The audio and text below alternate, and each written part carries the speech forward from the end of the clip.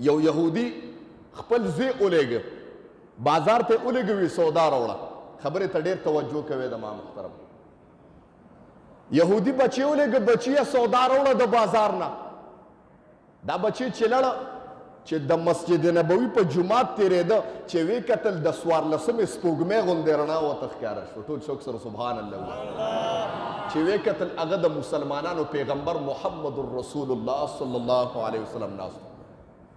دا ماشوم وایي زه خو پلار رالېږلی سودا پسې وبه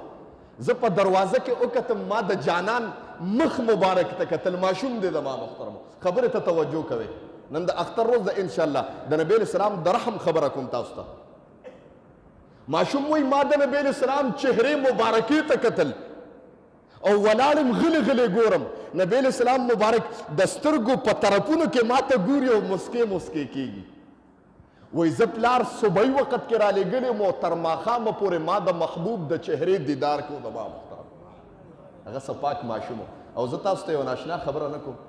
زه یم نبی علیه السلام مبارک هم څه عجیبه ذات و ورته پته ده چې یو ماشوم ما ته ګوري او زما په کتو کې د ماشوم ته خوند او لذت میلاویږي نو د ځای نه پاسېده ورته ناست دی زما محترم دا د نبی علیه السلام رحم وایي دغه ماشوم پلار ورته کور غوسه دی بچی مې د سودا دپاره سار لېږلی دی ماښام شه زما محترمو چې راغې پلار غوسه دی بچیه سودا دې راوړه او پلاره سودا مې راوړه وایه بچیه سودا کم ده پلاره سودا ښکاري نه دا پلار یې حیران دی پلاره سودا مې کړې ده خو ښکاره کېږي نه زه خپلې الفاظو کې یو خبره کوم زه یم د آقای نامدار محمد مصطفی صلی الله علیه وسلم مبارک سره سودا کړې ده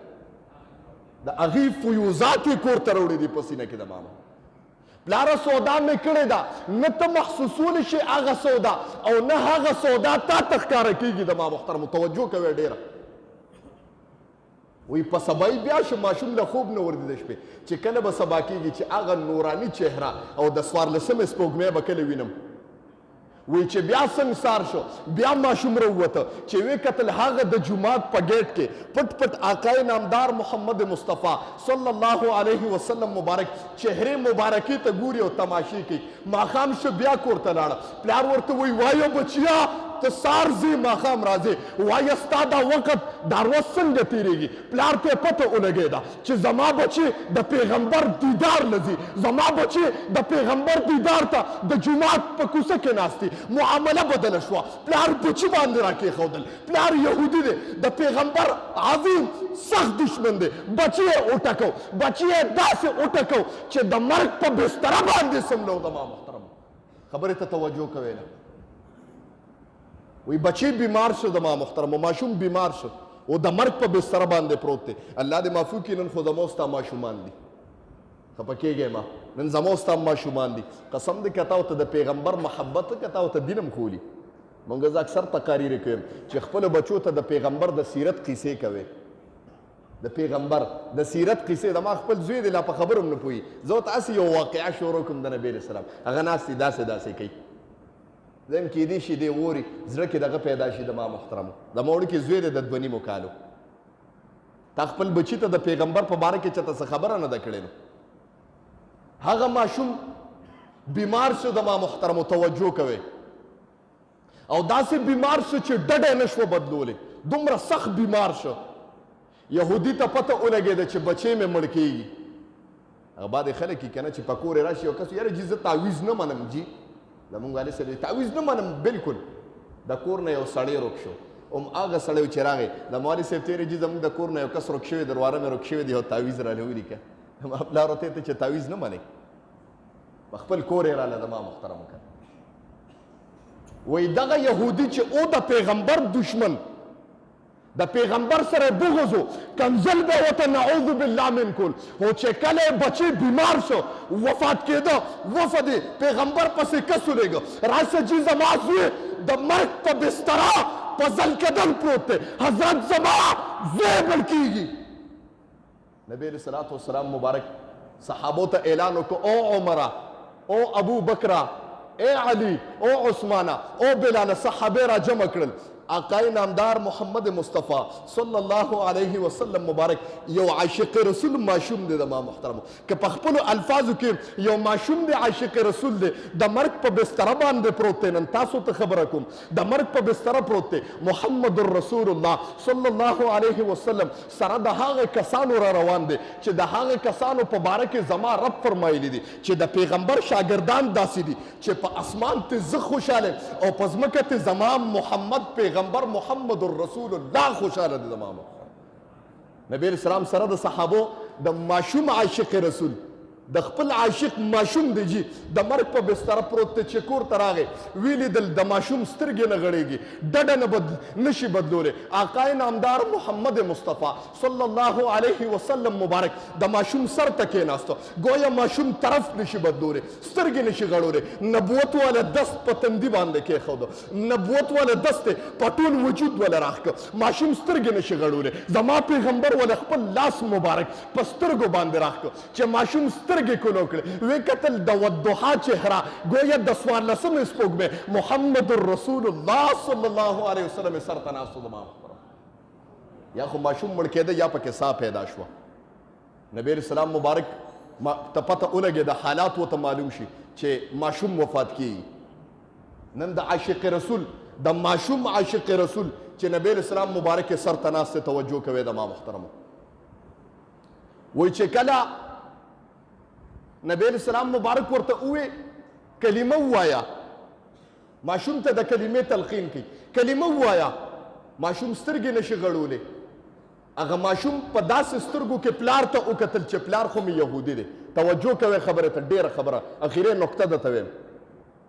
ماشوم په داسې ترس پلار ته وکتل چې نن مې پلار ناست دی د دې پیغمبر پسې کنځل کړي دي او دا پیغمبر زما د پلار مخکې ما ته د خپلې کلمې تلقین کوي پلار ورته ووې او بچیا نن ته د دې محمد د وجې نه مړ کېږې ما ته پته ولګېده چې پیغمبر ستا په وجود باندې لاسونه راښکل ووایه بچیا کلمه ووایه محمد رسول الله صلی الله علیه وسلم مبارک د عاشق رسول ماشوم سر ته ناست دی هغه ماشوم محمد ته مخ راوړل او کلمه ووې چې لا اله الا الله محمد رسول الله هغه ماشوم د دې کلمې سره وفات شو زما محترم خبرې ته توجه کوئ له اخلاصه نه ده وی نبی اسلام مبارک ماشوم ته ناست سترګو نه اوښکې بهیږي که هر څه دي یو انسان تا سره د خپل مور پلار د جان نه ماشوم دی زیاته مینه کوي ستا به پیړه خوږېږي که نه او بیا نبی اسلام مبارک خو داسې ذات دی چې په حیواناتو هم خفه کېده بس اخیری خبره کوم وی نبی اسلام مبارک ناست ماشوم نه نځي دا یهودي پلار هم ورته جاړي اوس جمله وره د پلار نبی اسلام ته وی او محمده صلی الله علیه وسلم ټول وایي صلی الله علیه وسلم دا بچی زما وفات شو او کلمې ستا وی مسلمان شو دا زما څه نه دی دا بچی زما څه نه دی د ستا کلمه ویلې ده او ستا امتي دی بوزی دا زما نه دی پکار دا بچی بوزه دا مړی ستا شو یو انسان ته مړ زوی پروتي زما محترم محمد دا مړ زوی ستا دی دا زما نه دی پکار نبی اسلام مبارک خوشحاله شو ماشوم ته نبوت والا لاسونه ور واچول ماشوم خپل عاشق په غیږ کې اوچت که وفات تی سینې پورې نږدې که نبی اسلام مبارک په لاره روان دی او جاړي گویا مړ خپل عاشق روان کړی دی زه وایم خپل عاشق کور ته بوته نبی صلوات والسلام مبارک ماشوم کور ته بوته کور کې ولا په خپلو لاسو مبارکو باندې غسل ورکړ ماشوم بیا نبی اسلام مبارک نبوت والا لاسونو کې راغستلی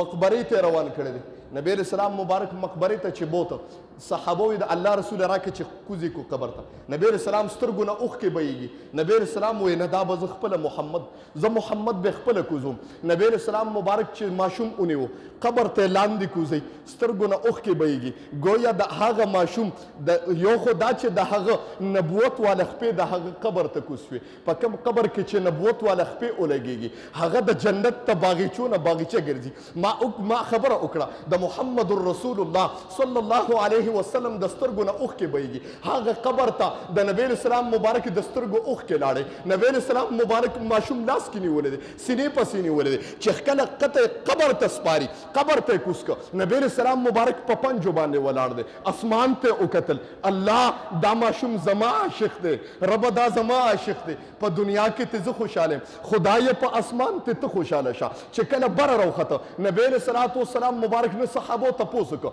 د الله رسوله وایه په چهره دې د غم اثرات معلومیږي. او بله خبره په قبر کې داسې په پنجو باندې ولاړ دی. دا ولې؟ نبی علیه السلام مبارک ورته جواب وکړ، وی په قبر کې په پنجو باندې ځکه ولاړم. لومبی جواب، په قبر کې په پنجو باندې ځکه ولاړم چې د جنازې دپاره الله تبارک وتعالی د ټول اسمان نه فرښتې رالیږلې وې. لاندې په قبر کې ځای نو یو فرښتې به داسې ټیله راکوله، بلې فرښتې به داسې ټیله راکوله. ما محمد ګویا د هغه فرښتو په منځ کې ډېر ستړی شوم او ما ته ځای نه میلاوېده، ځکه زه په پنجو ولاړم، فرښتې زیاتې وې، زه په پنجو ولاړم او هغه فرښتو زه اخوا دېخوا ویشتم. د هغې د وجې نه ګویا ما ته تکاوت محسوسېږي چې بره راوختم. ما ته رب اواز وکړ، او محمده